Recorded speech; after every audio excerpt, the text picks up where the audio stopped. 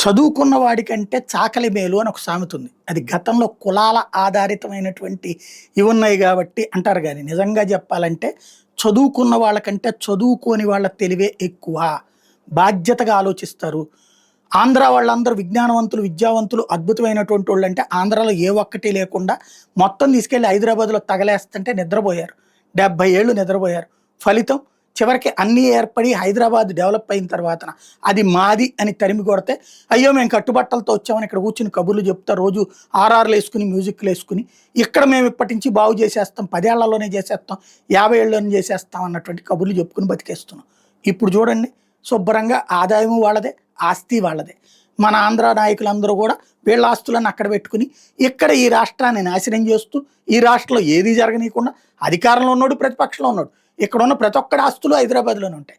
పేరుకి ఇక్కడ మన కోసం పనిచేస్తున్నట్టు నటిస్తూ, అక్కడే బాగుపడాలని కోరుకుంటారు. ఇక్కడ బాగుపడితే గనక అక్కడ తమ ఆస్తులు దెబ్బతింటాయి అన్నటువంటి భయం. ఇదంతా ఎందుకు చెప్పాల్సొస్తుందంటే, మెడికల్ కళాశాలలే సజీవ సాక్ష్యం. పీపీపీ కింద ఇచ్చే మెడికల్ కళాశాలలు వద్దని వాదించే మూర్ఖులు ఇక్కడుంటే, అక్కడ చూడండి ఇక్కడ కంటే చదువు తక్కువని చెప్తే వాళ్ళెంత తెలివిగా ఆలోచిస్తున్నారో.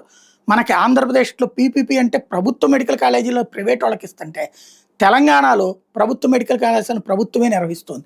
ఆంధ్రప్రదేశ్‌లో ఉన్నటువంటిది ఎంబీబీఎస్ సీట్లు 5.5 కోట్లుంటే కేవలం 6,000 మెడికల్ సీట్లు ఇప్పుడు.